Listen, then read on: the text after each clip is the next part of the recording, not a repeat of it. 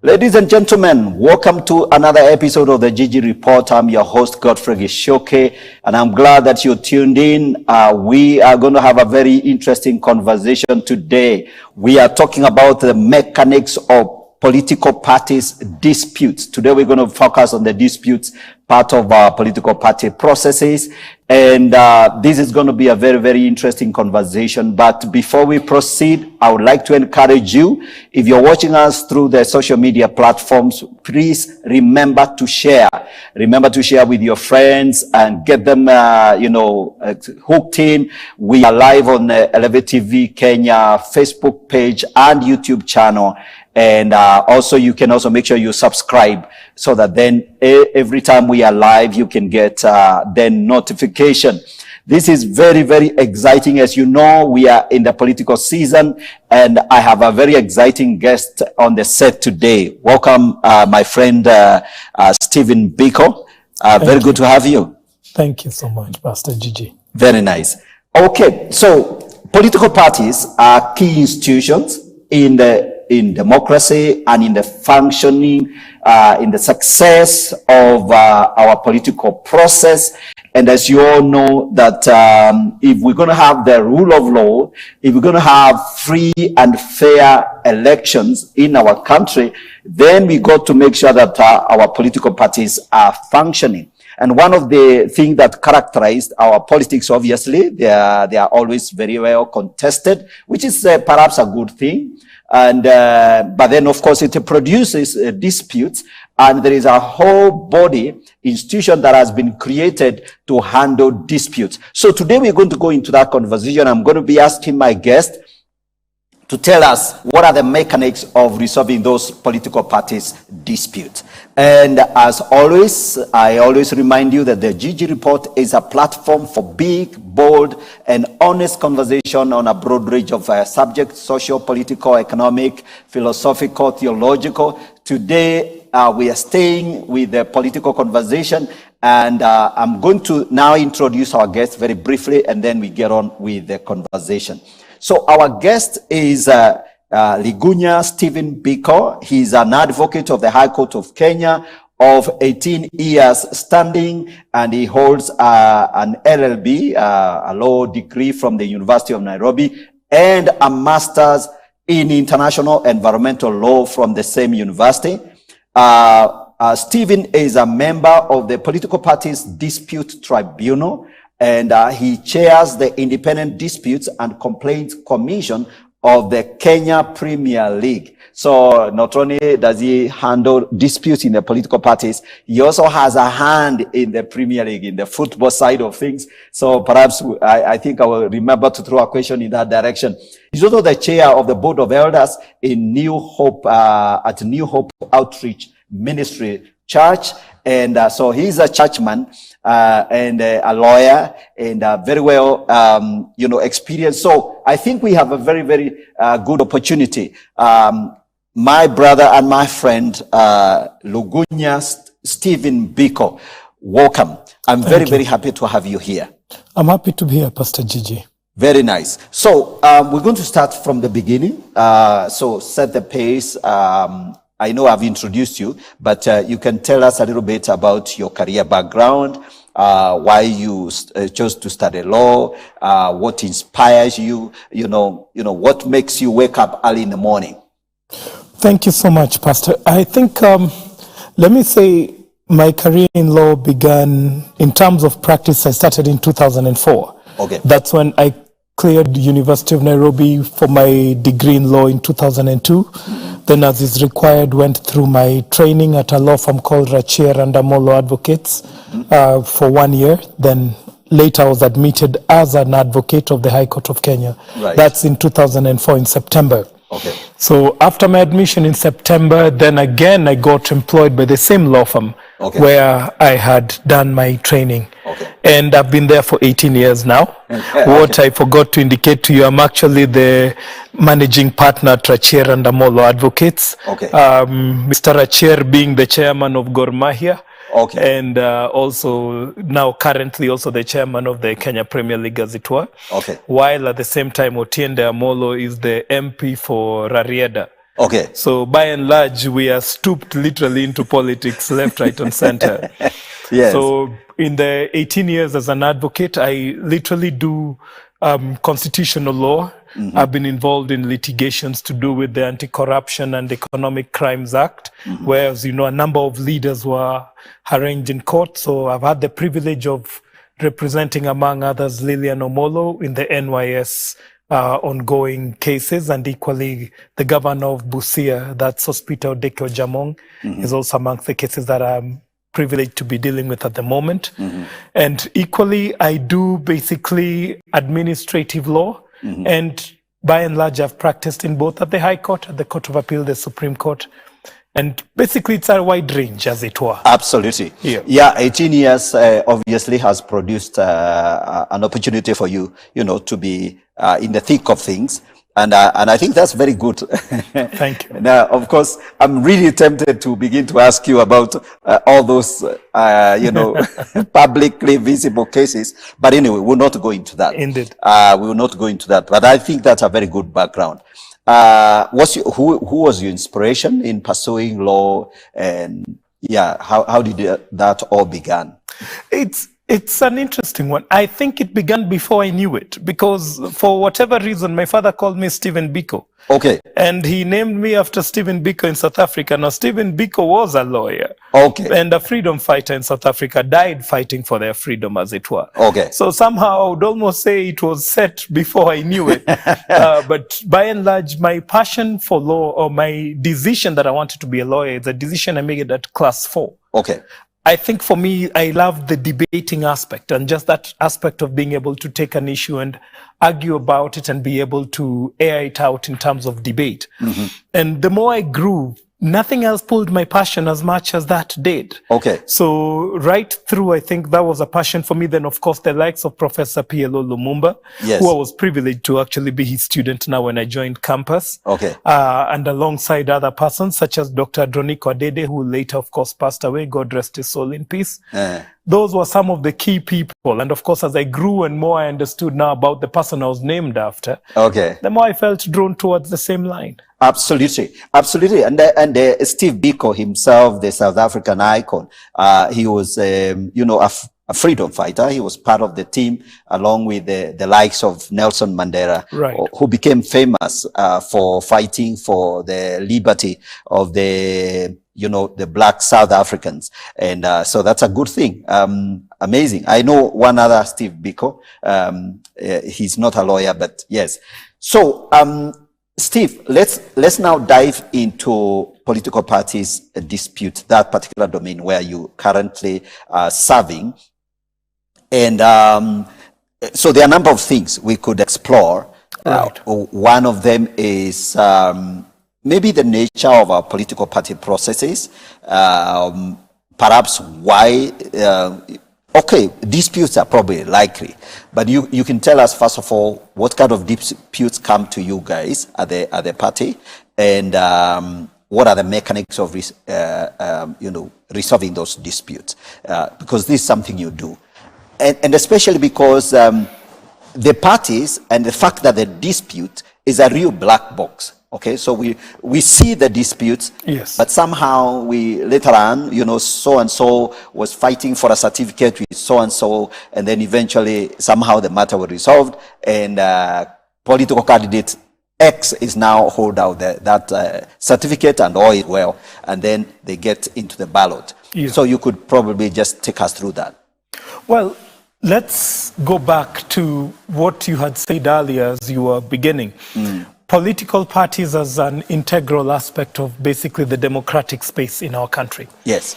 And when you look at the entire structure of our constitution, one of the key aspects in terms of human rights is political and economic rights. Okay. And therefore, in espousing political rights, the primary vehicle that is set up within our constitution are political parties. Yes. Arguably, you could say, if you look at the constitution carefully, political parties are at the front, center, and the rear of the political spectrum within which we work. Okay. You cannot really be able to espouse the democratic space, the political space, without looking at a political party. Okay. Think about it in terms of parliament. The members of parliament, other than the independents, by and large, come through political parties. Yes. Talk about membership in terms of the rights espoused, whether it's under Article 91, whether it's under Article 88 of the Constitution, you will find political parties at the core of it. Yes. But the nature of political parties' activities are that people compete.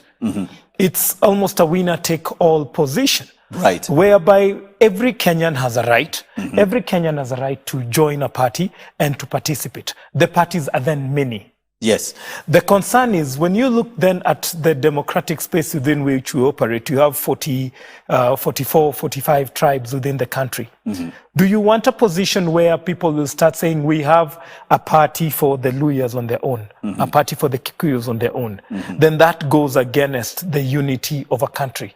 Because once you start creating those kind of spaces, you end up with parties that are more tribal enclaves, or even religious enclaves, if you may. The Muslims may say we want our own party. Actually, some countries actually have that problem because they are not so much divided in terms of tribes. They are actually maybe two major religious enclaves, you know, the Muslims, the Christians, and then so the parties tend to take that shape. That kind of shape. So when you look at our structure as a country, we quickly said we are basically a dualist kind of country. In other words, state and religion are separate. Okay. We do not end up with a place where there's a national religion.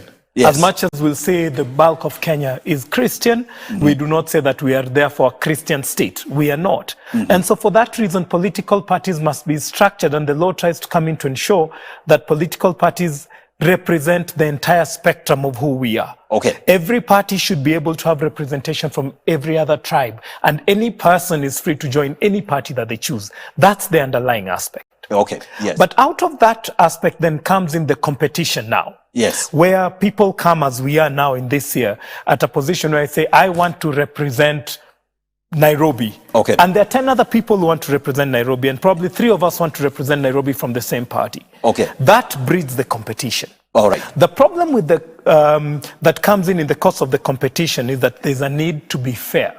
Okay. There's a need to ensure that as we are going through that competition, certain basic rules are held in place. Okay. Yes. Political party disputes therefore come in terms of the challenges that arise in this organization between personalities that may want to favor person A over person B. Yes. And trying to ensure that that happens or that does not happen, and that the rules of the game are actually fairly applied. Absolutely. So what then brings us now to the kind of disputes that we deal with is that in 2010, when we enacted the new constitution, yes, one of the things that was envisioned was basically a law to regulate political parties, okay, a law to ensure that they adhere to certain minimum standards that will ensure that the political space is a healthy one, okay, and it's a democratic one, and it's a fair one, a just one, both for the tribal persons, for the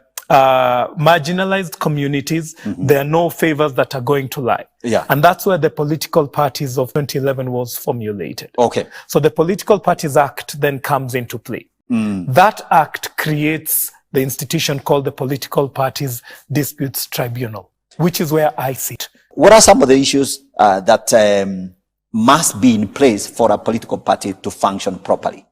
In terms of there is something called NG, the National Governing Council, and all that, and the chair, the secretary, and all that. Have you had a situation where those plus minutes have to be filed and stuff like that, and my name was removed from the list, my minutes were not, so, you know, in the days of Kanu, your name could disappear even on the last day.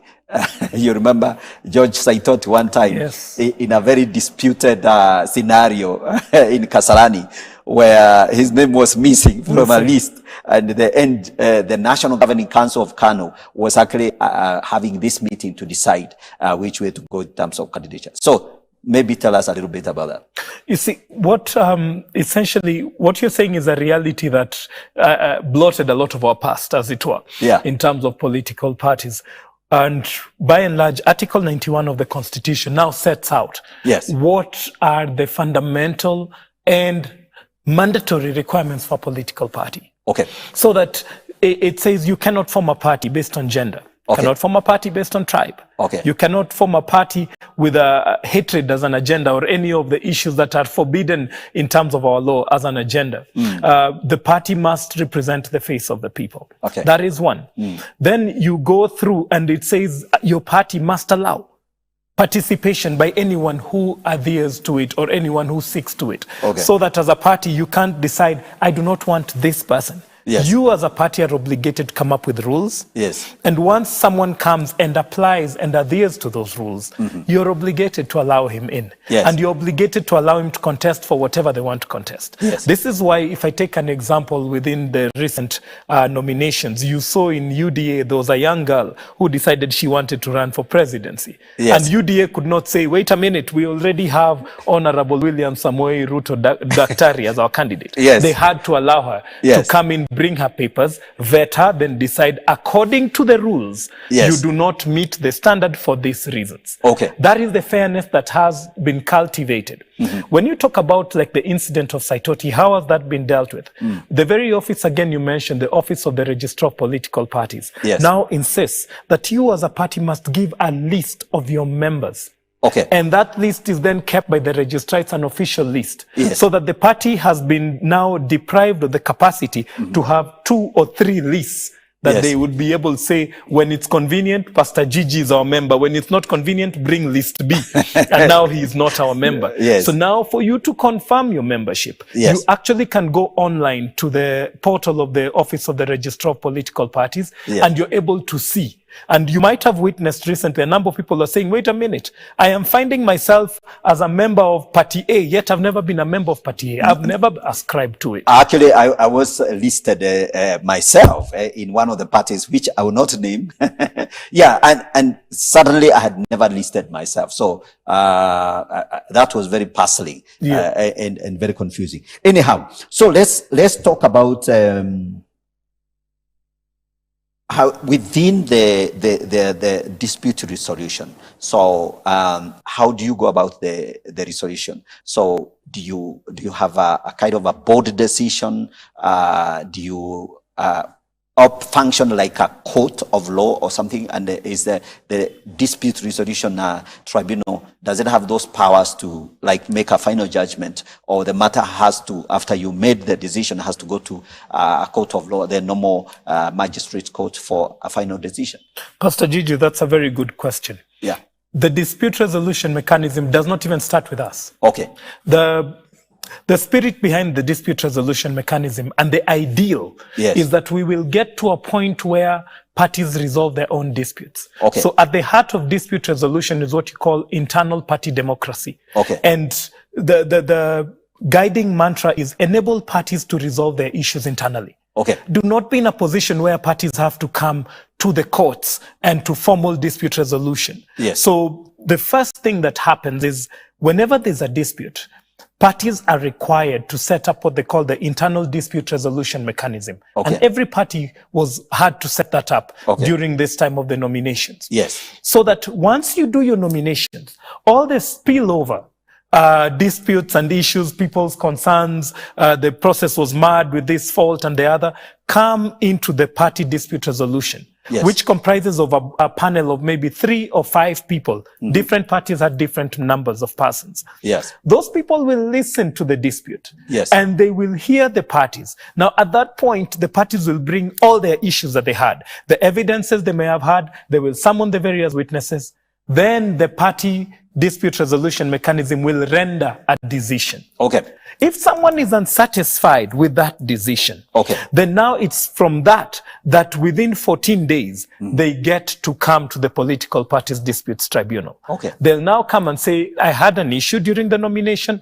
I went there. They have made this decision. I'm unhappy with it. But there are instances where you will go and you'll find that for whatever reason, the party decides, we're not going to listen to you. We will not give you an audience. So you put in your dispute and you do not get an answer. 30 days is allowed within the law for the party to resolve whatever disputes these people bring. If there is no such decision, you're still able to come to the political parties dispute resolution. Yes. One of the amendments that were made in the 2021 amendments adopted this year. Yes, I was going to come to that. Yes, was that's the fact that initially there was an insistence that you must exhaust internal party processes. Okay. And therefore you couldn't come to us before you exhausted it. Yes. And anyone who came to us would tell you, I'm sorry, please go back to your party and get your decision done, then come back to us. Yes. But the amendment said that in the realization and to curb the mischief of parties saying, because we know Pastor Gigi has to come through us, we will simply fold our hands and sit back and frustrate him. Yes. So the amendment said, no, if you can show that you have made an attempt to resolve that issue with the party, and the party has ignored, failed, or refused to act on it, then again, you're able to come to the political parties disputes tribunal, and then we are able to hear you. Absolutely. The tribunal basically comprises of a quorum of 3 members. Yes. We are not just 3, we are in total 25. Okay. So we've been sitting in panels of 3 or 5, but basically because of the pressure of the nomination period, we had 7 benches of 3, with a few having extra members. Okay. And therefore you have a chairman and two other members, or you have a presiding member and 2 other members. Okay. It is not, and to demystify it, it's not a panel comprising only of lawyers. Yes. In fact, the way it is that it's divided almost in half. Yeah. Half are lawyers, half must be non-lawyers. Yes. So we have QSs, we have doctors, we have teachers, we have quantity surveyors, and all manner of professions in a broad spectrum who sit with us. Yes. I'll give the example of the panel I was sitting in. I was heading the Eldoret panel. I'm heading the Eldoret panel. Yes. And the Eldoret panel, we have 2 lawyers and a logistician, or basically a clearing and forwarding agent. Yes. And that's the 3 of us who sit to listen to a matter. We will take evidence like a court of law. Yeah. We will listen to the parties who will bring whatever they will bring and documentation. Yes. Then at the end of it, we will render a verdict. Okay. Our verdict is enforceable as it is. Okay. It is not supposed to be taken to the magistracy or the high court for enforcement. Okay. In fact, an additional power that was given to now the political parties dispute tribunal under the amendments is the power to punish for contempt. Okay. And the powers are said to be as the High Court would punish. Okay. So that once we make a decision and we say Party X, give the ticket to this person, or Party X, redo your nomination process. If they do not, we have the mandate to call and actually find the person in contempt or the relevant officers in contempt and mete out the relevant sanctions. Absolutely. Yeah. That is amazing. That is amazing. So, ladies and gentlemen, as you follow this conversation, some of you are perhaps lawyers or maybe just professions in other areas. There are vacancies. Well, right now they are filled up, but I think you need don't stay at the edges. There's a lot of work to be done. You've got to get involved. So, Steve, I really love what you're describing, and I think it's very interesting for our church people, especially. I always root for the Church of Christ and our Christian community, that there are real issues that that bedevil our political processes, but there are systems in place. And the new amendment, and I think that's the other thing I was going to ask you to open up about maybe we can just mention a little bit before we go to a break about what provisions were made for with the introduction of the coalition political party. That I know is a new animal, because before that, coalitions were basically, organized around some set of just a general agreement, I think probably drafted by some lawyers. But now, which you remember former President Kibaki being accused of renegating on an MOU. On an MOU. So maybe you could also maybe tell us what those changes are like currently, and if any of those things are likely to come back to the tribunal. That is a good point. So what happened with regard to the amendments? You have to look at the amendments in light of the first elections that were held basically after the enactment of the Constitution, 2013. Yes. And a lot of things came up in 2013. Yes. There were multiple mischiefs that happened. Yes. I'll give you one that, and this now as a practitioner when I was going to court. Yes. Because there was no clear demarcation. The IEBC has its own tribunal. Yes. And that is what is now listening to the cases such as the ones of the contender for Nairobi gubernatorial, that's Mr. Sakaja, Yes. Honorable Sakaja, Yeah. and many other matters that are being had, including those of one of our own brothers, Kigame Ruben. Yes.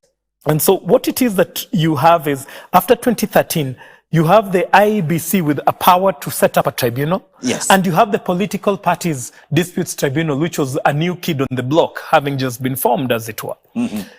So what was happening is you had a mischief where you and I have contested on the matter. Yeah. And so I go to the IEBC. Yes. And I raise a challenge on Pastor Gigi's win. Yes. And I asked the IEBC that in the meantime, please give me certain interim orders stopping our party X Yes. from giving Pastor Gigi a certificate. Okay. But then when they refuse, I rush to the political parties and I file the same case against Pastor Gigi and I get orders here. So people were forum shopping. Okay. And, yeah. Okay. I'm going to stop you. But please hold that thought, hold that idea, because I want us to return to it. Right. There's a lot to unpack there. We're going to go into a short break. My directors are telling me we got to go to a short break. Now, when we come back, we're going to return to that issue. Some of the things that emerged in 2013, some of the disputes, and the fact that there were two kind of like rival dispute, places, and people started playing around with that. So I believe you are enjoying this conversation. Don't go away. We're going to take a very short break, take some coffee, and come right back. We'll be back shortly.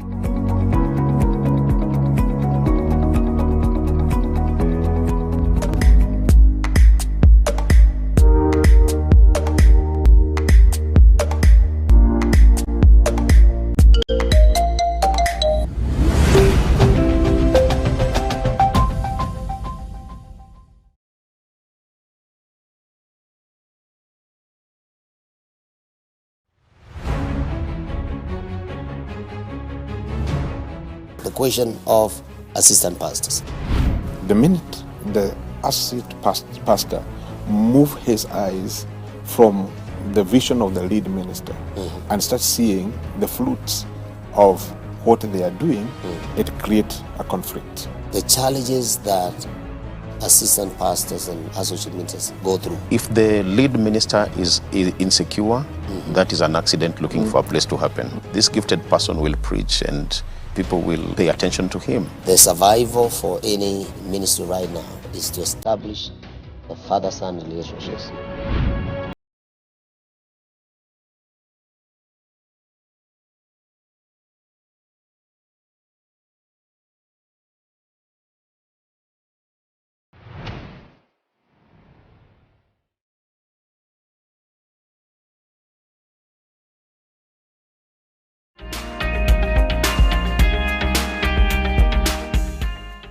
Welcome back. This is the Gigi Report. We are talking about the mechanics of political parties disputes, and we are discussing some of the developments that we have observed the last few years since the new constitution. We'll keep calling it the new constitution. As you can tell, it's only 12 years old. And before that, we had run with another constitution for almost 50 years. So this must be new. Now, so we're talking about the disputes, the mechanics, and all that. And before we went to the break, my brother Steve, you're talking about some of these dramas that came up, especially in 2013. Maybe you can revisit that, and the fact that there were people really kind of trying to play the system. Yes. Yeah. So by and large, before we went on the break, what I was trying to highlight is the fact that looked at from the 2013 and what now birthed some of these amendments were some of the lessons and the pains, if I may say, that were seen in 2013. Yes. So you have two dispute resolution mechanisms that are not very clear on how far does my jurisdiction go. Yes. Who do I deal with and who don't I deal with? Yes. And that is on one front. On the other front, you have now indeed what you'd hinted about in terms of the agreements that parties were getting into and individuals were getting into MOUs. Yes. And this loose unity of parties that was not very clearly demarcated. Okay. And those were concerns because out of it arose a lot of contestation, Yes. a lot of dissatisfaction. Yes. So out of the various lessons that were learned comes the amendments to the Political Parties Act. Yes. And rightly, as you said, one of the key changes that was created was the element of the coalition political party. Okay.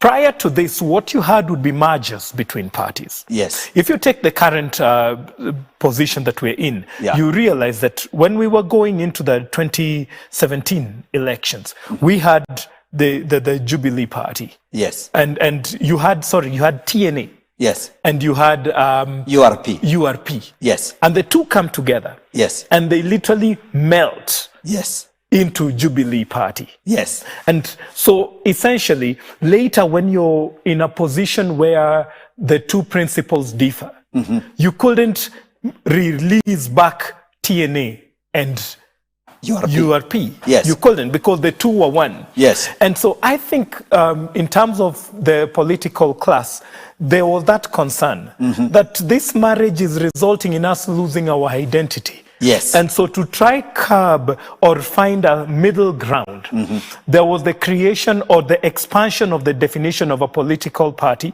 Political party is defined as an association of persons with a common ideology or program. Right. That is their general nature. Yes. But now the realization that, wait, because we have these various entities, you remember one of the cliche words that was once said was that in Kenya, political parties are literally like matatus. Yes. One comes and it goes and you pick another. And Yes. indeed, our history is such that you do not find any parties akin to what you find in the West. Yes. Where you'll say the Democrats have been there for the last 100 years or whatever it is. Yes. In Kenya, always with every election, new faces, same people, new political outfits. Absolutely. And they keep changing and changing. Yes. So I think one of the things that was done with the coalition political party, Yes. which basically is a political party in its own, comprised of other political parties.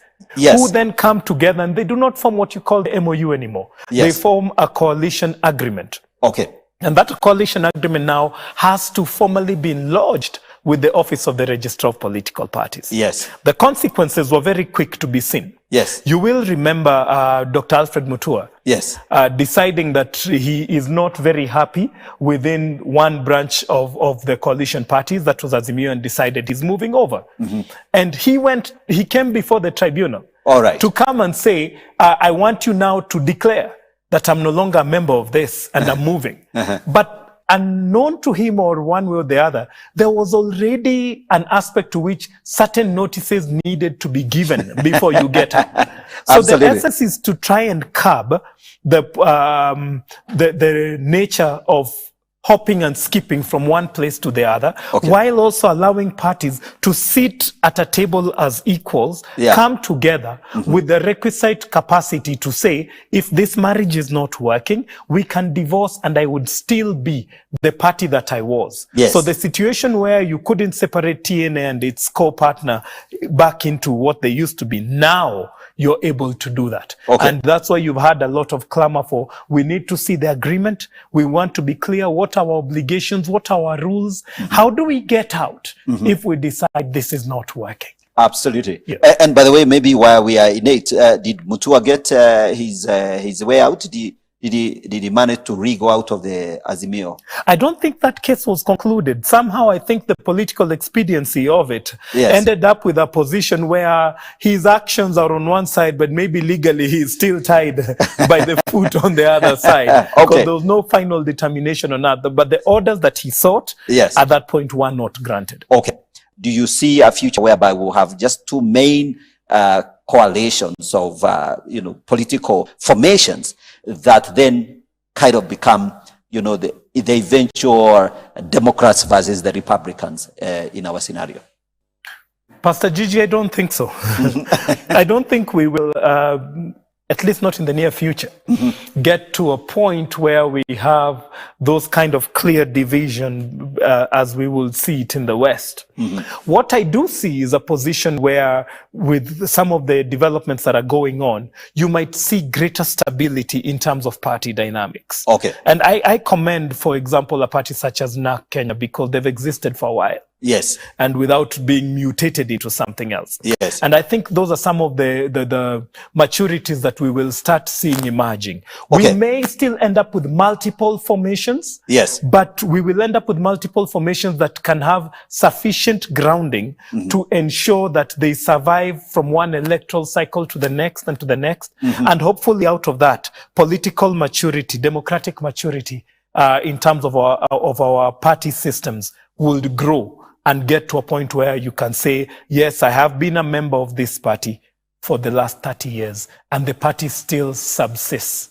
Okay, and I think that's the scenario largely in Europe. For example, Germany has several smaller parties, and Israel as well, Yes. and other mature democracies where every time you have an election, you kind of have to have this very intense lobbying. Yes. for the winning coalition. Maybe it didn't quite meet the threshold, and then they have to persuade smaller parties to come in.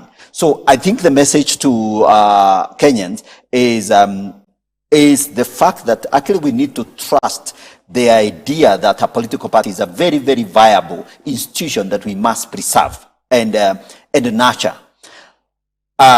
So having said that, of the set, I mentioned to you the fact that within the church, because I really have to bring the church into this conversation, Right. there is a sense in which politics is, we have agreed politics is dirty. That is something that is a kind of a common understanding, which is something we need to deal with. We need to demystify or clarify. But there is a sense in which Christians feel that if you get involved in political parties, you kind of become stigmatized. If one of the elders in your church, joined one of these big parties and he's so loud, he's on, right there before the cameras, fighting off with the other guys, it will become a problem. So tell us whether you think that we can actually address that problem, because you're a church man, you operate in the church space. Right. What can be done to kind of like help Christians to appreciate that this politics is not as dirty as they actually think it is? Someone asked the question, is money good or bad? Okay. And the essence of the answer normally goes towards money is neither good nor bad. Okay. It's the person who has the money and whether they choose to do good or bad with it. Okay. Because the same money will be used to pay for drugs. The same money will be used to educate a child. It's still the same money, neither good nor bad. Yeah. I hold the same about politics. Yes. There is no life that doesn't have politics. Okay. Even in our houses, there's politics. Yes. That's why you'll have issues where children say, no, I'll go to mom for this because I know mom is likely to give me this than dad. That is internal family politics. Yes. We have politics in schools. That's why even we have students' unions in universities and even in high schools. Yes. Politics basically cascades through our entire life. Okay. Because that is the nature of who we are as human beings. We are political because we organize and we do things. So politics is neither dirty nor clean. Okay. But the political players make it dirty and they make it clean. Okay. I have in mind the likes of the recently retired German Chancellor, Angela Merkel. It's not that politics in Germany is very clean necessarily, but as a person, she took a certain stand. Yes. And she decided, I am going to be a servant leader and I'm not going to enrich myself. Okay. That's an individual decision. Yes. How do you bring the church, and why am I looking at that aspect? I'm saying the morals of the person.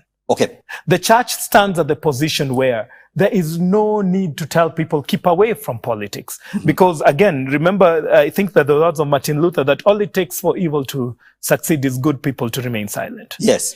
As a church and as churches, the body of Christ has to realize that we have a fundamental role to play in the politics of our country, in the decision making of our country. Absolutely. And we cannot sit on the sidelines and say, we will pray for them, And we will elect people who are not morally upright or who are not right in terms of their own understanding.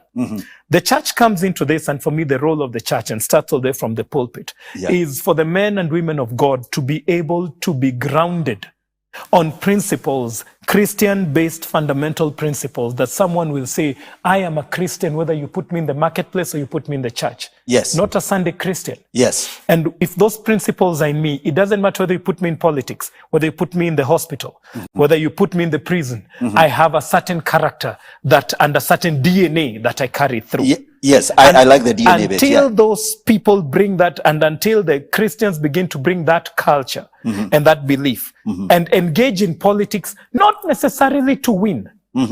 Begin by first making the statement, offer yourself. Yes. And offer a different option. Exactly. Whether the people embrace it at first, even Jesus Christ faced rejection. Yes. So it is not wrong for you to go and say, I lost. And not losing does not mean God was not on your side. Yes. Because someone has to start and someone has to pay the price. But as long as we keep away as a church, yes, and say politics is dirty, and it's a dirty game, and you must be corrupt, and you must be, then you can never really be able to influence decision. And unfortunately, we live in this world. We may not be of the world, but we live in the world. Yes. The decisions will be made in that parliament. Absolutely. Your voice is not there. Yes. You will only suffer the consequences. When you elect someone who is corrupt, surely you do not expect them to give what they don't have. We keep saying that you can only, as a plant can only give of its kind. So Absolutely. you cannot start expecting mangoes to come out of a mango or out of a maize plant. Absolutely. So as a church, our role is to encourage, our role is to equip, then to release, and then we can influence the world, because we are not meant to be a cocoon. Yes. We are supposed to be an outreach. In 2013, IBC had its own set of rules. The tribunal, which was had been set up hitherto following the 2011 Act. Do you think now our institutions have matured sufficiently? IBC, the tribunal, of course, we've talked greatly about that. Maybe the IBC is the one we haven't mentioned a lot. Do you think IBC, as we stand, is able to deliver free, fair, and credible? I like the credible bit they always add, election at the moment. I think the IBC are structured, and I'm happy to note that we have new persons who are brought in, and by and large, I think some of the challenges that we faced in 2017 will still be there, because if you listen and if you follow the developments as recent as yesterday, the question that is being asked, and you saw there are persons who've gone to court and have filed a petition against the IEBC. And the argument is this. The argument is that you're telling us that you want to do only what you call an electronic process. But the law requires that you have, and I think it's Article 883, that you must have a complementary fallback system. Yes. That in case one fails, then this one stands in. IBC, on the other hand, are saying, no, but wait a minute. A lot of the issues that we saw in 2017 were eminent from the manual process and the physical voter register. And so these Kim's kits are going to be the answer to it. The challenge is, the recent run that they did, the test run that they did, returned only a 45% success rate.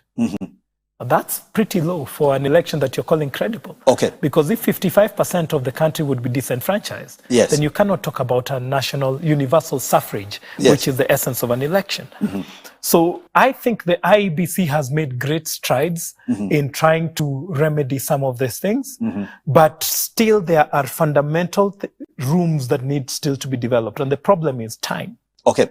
What we decry with the IEBC has normally been this, that 2017 and the Constitution in 2010 did one thing. It set the elections literally as cast in stone. Yes. You knew that on 9th of August 2022, there will be elections. There was no if, but, and maybe. Yes.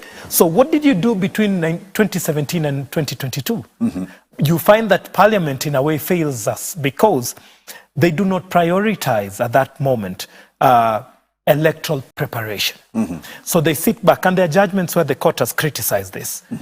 They sit back 2017, 18, 19, 20. 2021, they wake up like a person who just realized, oh my God, this is upon us. I'd equate it to someone who knew the wife is pregnant, but begins saving at month number 7 or number 8. Yes. It's a bit late in the day. Yes. So now things are being done very quickly, and we commend the efforts that are being made. Yeah. However, Yes. one must look back and ask, why couldn't this be done in 2018 or 2019? Yes. Why should we wait until now to be testing the kits and testing the servers and everything just on the cusp of an election? This is 49. You can see the jitters that creates both amongst the players and amongst the Kenyans. Yes. And that is what breeds room for suspicion, All right. breeds room for subsequent disputes. And you can already see lawyers getting ready, as instructed by their clients, to start noting down, this is happening in July, this is happening in June. So we are getting ready to have another battle. Okay. But it's maturing, but it's not yet a position where I would say I am happy with our level of preparedness. Partly their fault, partly not their fault. Because you Yes. can only move with the finances you're given. Yeah. Without the finances, you cannot move. And in the last budget, they never got what they asked for. Okay. They got much less than what they had asked for. Okay. So there are again. So there are institutional weaknesses, Yes. and there are various factors behind it. Financing. IBC was not properly constituted for a long time, following exit of some of the members and stuff like that. So there are those challenges.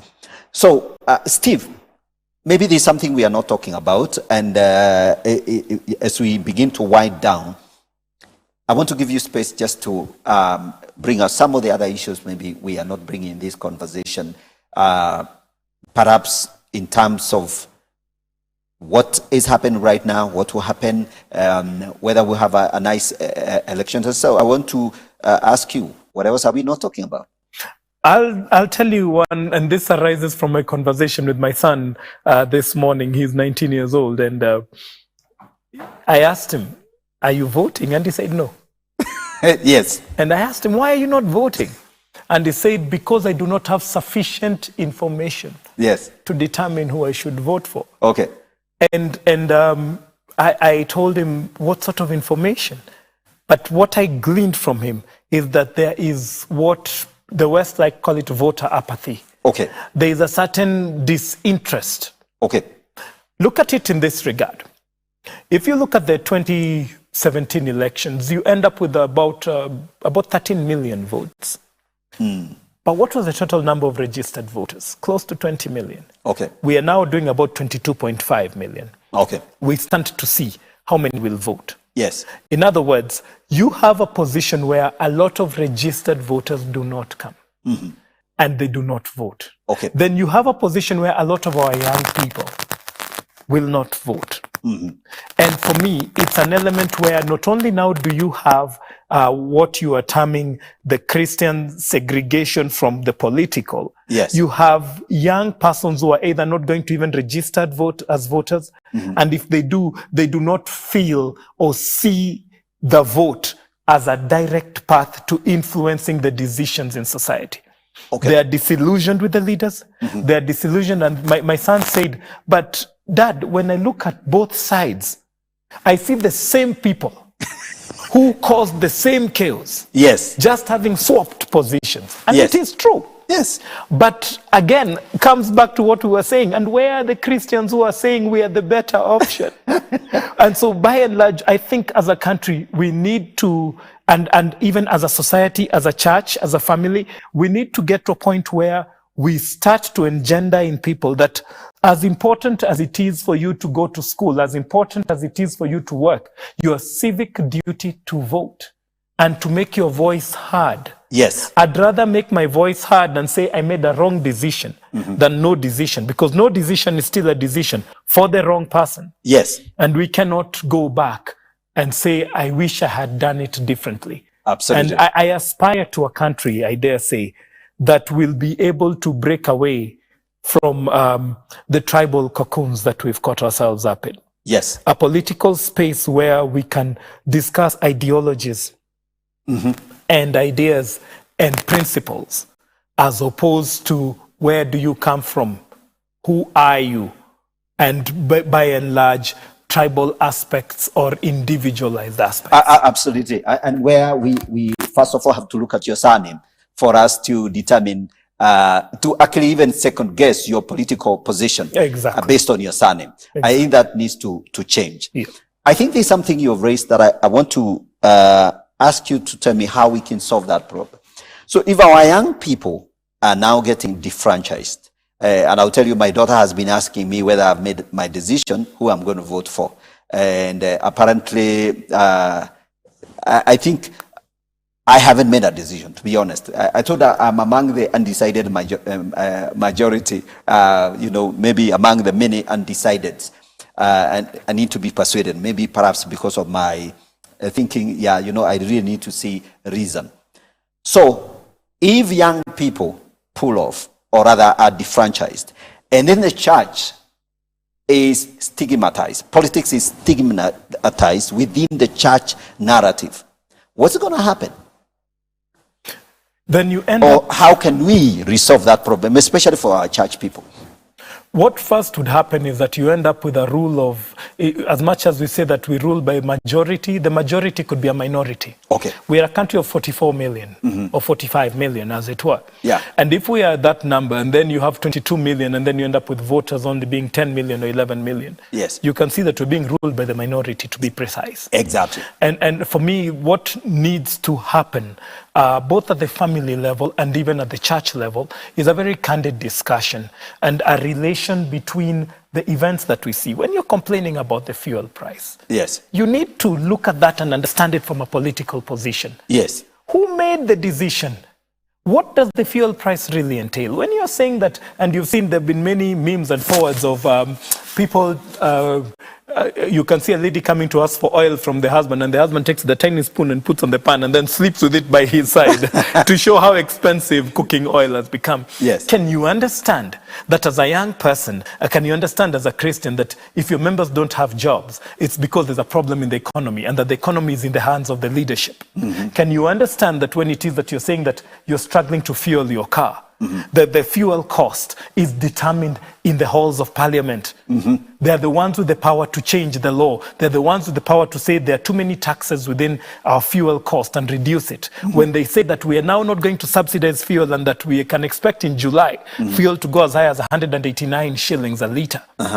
Can you understand that the hardships, the challenges that you're facing in the job market, in our education sector, when we have a new education system that is at the moment being fumbled with and trying to be established?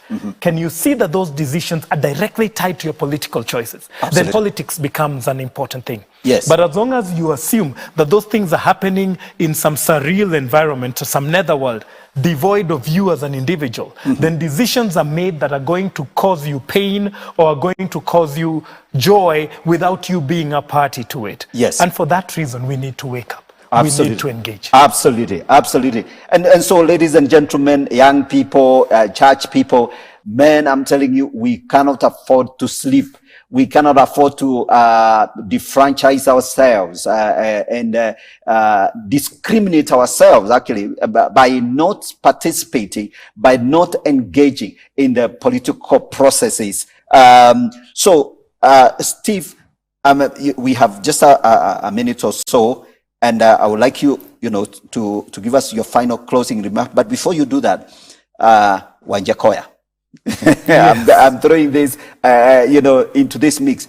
Do you think that man may end up appealing to young people who really, perhaps, is he like the Christian that was missing in the equation, but now coming through in the form and in the appearance of Mr. Wanjakoya? Nothing against that gentleman. I think he's a fine man, well educated. You can't take away from him the fact that he was able to muscle the paperwork that was needed to actually be able to qualify on that as a candidate. So, and I'm assuming he did the right thing. So comment on that and then give your closing remark. I'll comment on it in this respect. Look at the Ukrainian president, Zelensky. Yes. What was he before he became a president? He was a wedding singer. Oh my goodness. Go to, was it Morocco, Mauritius, where we had Ravalomanana. Yes. He was literally a DJ. Right. And so essentially, we have had instances globally where people almost get tired of the suit-wearing, slice-picking politicians and decide to go to an extreme and decide we will take the most unlikely. Yes. You're very right in terms of, I think Professor Wajakoya has an appeal Yes. to the unorthodox. He has an appeal to people in terms of, wow, this man is speaking of two manifestos. Yes. Growing of cannabis Yes. and snake farming. Right. Very peculiar. Yes. But somehow he seems to be gaining some traction amongst people who I think are disenfranchised and disillusioned with the status quo. Absolutely. And it speaks to a reality that there is room for different. There is opportunity to be different and to impact or to come in and speak to people something afresh, a breath of fresh air, if you may. Yes. And so you look at him and he's appealing to some. I do not know whether it is the wisdom of going so or not, but by and large you cannot dispute the fact that indeed there are people who are listening. And we will test it in August and see how many exactly were listening. Absolutely. We got to edit there. Ladies and gentlemen, we have had a real candid conversation here. The mechanics of dispute resolution, I mean, in terms of parties and all the other things that are associated with that. And it's been an amazing conversation. Thank you so much for staying tuned in. I've been your host, Godfrey Gichuki. This is the GG Report. I believe that next week we'll have another conversation of this nature, and make sure you don't miss. God bless you, and thank you very much for staying tuned in. Bye for now.